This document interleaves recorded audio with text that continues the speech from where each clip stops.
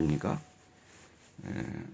위기에 필요한 지혜라는 제목으로 논어에 있는 그 마지막 문장을 중심으로 해서 말씀드리겠습니다. 군자의 세 가지 자격이 담겨 있다. 선한 본성, 운명인 천명은 따르되 어려움을 닥치면 스스로 길을 찾아야 한다. 어려움이 닥치면 스스로 길을 찾아야 한다. 인이 예지 충실한 삶 추구하고 말의 신중함을 배우는 것도 중요하다. 이렇게 요약해서 설명을 하고 있습니다. 본론에 들어가면은 배우고 때때로 익히면 또한 기쁘지 않은가. 벗이 먼 곳에서 찾아오면 또한 즐겁지 않은가. 남이 알아주지 않아도 성내지 않으면 또한 군자답지 않은가. 이게 논어에 나오는 아주 귀중한 문장입니다. 논의 첫 문장으로 하기 시습지 불역열호화로 시작하는 원문으로도 잘 알려져 있는 글입니다. 배움과 신실한 교제 그리고 겸손한 처신을 통해 군자로서의 삶을 살아가겠다는 다짐이자 그 즐거움을 말하고 있는 내용입니다. 논어의 마지막 문장은 첫 문장만큼 잘 알려져 있지는 않으나 공자 철학 사상의 중요한 의미를 담고 있다.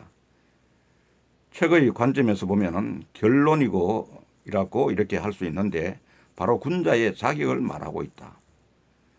공자가 이상적인 인물로 추구하는 군자가 되기 위해 반드시 알아야 할 세 가지다. 이렇게 이야기합니다. 보통 이 논에서 첫 부분은 잘 알고 있는데 마지막 문장은 잘 모르니까 이번에 이걸 통해서 우리가 알아나가야 되겠습니다. 천명을 알지 못하면 군자가 될 수 없고 예를 알지 못하면 세상에 당당히 나설 수 없으며 말을 알지 못하면 사람을 알 수 없다. 이 세 가지가 되겠습니다.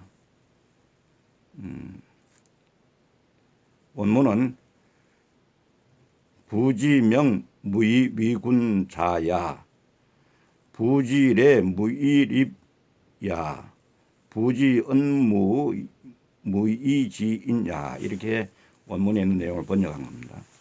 천명은 하늘의 뜻을 말하며 두 가지 의미가 있다. 한 가지는 하늘로부터 부여받은 선한 본성을 말한다. 공자의 학문을 이은 맹자는 성선설을 주장하면서 사람은 누구나 하늘로부터 선한 본성을 부여받았다고 한다. 선한 본성을 지키며 사는 것이 하늘의 명, 즉 천명을 지키는 것이다. 이렇게 해석을 합니다. 또 한 가지 의미는 사람으로서 어찌할 수 없는 운명을 말하는데 맹자는 운명이 아닌 것이 없으니 바른 운명은 순응해 받아들이라는 막비명야 순수기정이라고 했습니다. 사람은 자신의 운명을 스스로 거스를 수가 없다. 아무리 가진 것이 많아도 아는 것이 많아도 지혜와 통찰력이 있어도 마찬가지다.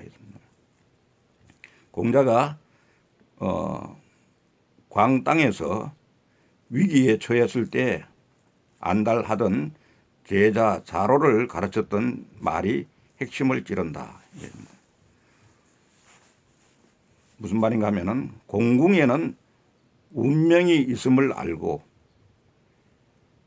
형통에는 때가 있음을 알고 큰 어려움에 처해도 두려워하지 않는 것이 성인의 용기다. 이렇게 이야기합니다.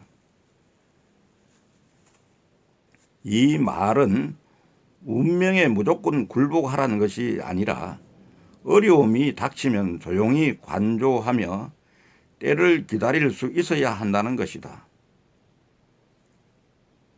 그렇게 할 때 상황을 정확히 보고 판단하고 헤쳐나갈 길을 찾을 수가 있다. 만약에 위기에서 당황하거나 두려움에 떨며 조급해 한다면 오히려 더 깊은 수렁에 빠질 수 있다. 천명을 알아야 한다는 것은 바로 이런 뜻이다. 하늘의 명령을 지켜 바른 삶을 살아가고 만약 예기치 못한 어려움이 닥치면은 다른 사람 탓도 환경 탓도 하지 말고 스스로 돌아볼 수 있어야 한다는 가르침입니다. 이번 코로나 사태의 이런 부분이 꼭 맞는 얘기 같습니다. 이런 어려움이 왔을 때 우리가 어떤 자세를 가져야 될 것인가 하는 것들을 잘 적나라하게 보여주고 있는 이 내용이라고 할 수가 있겠습니다. 그러니까 어떻게 보면은 진리는 그 옛날이나 지금이나 같이 통한다고 이렇게 볼 수가 있겠습니다. 예를 알아야 한다는 것은 인이 예지에 충실한 삶을 살아야 한다는 말이다. 공자는 인이 무엇인지 묻는 수제자 안연에게 극기복례를 가르쳤다. 극기복례가 인이란 겁니다.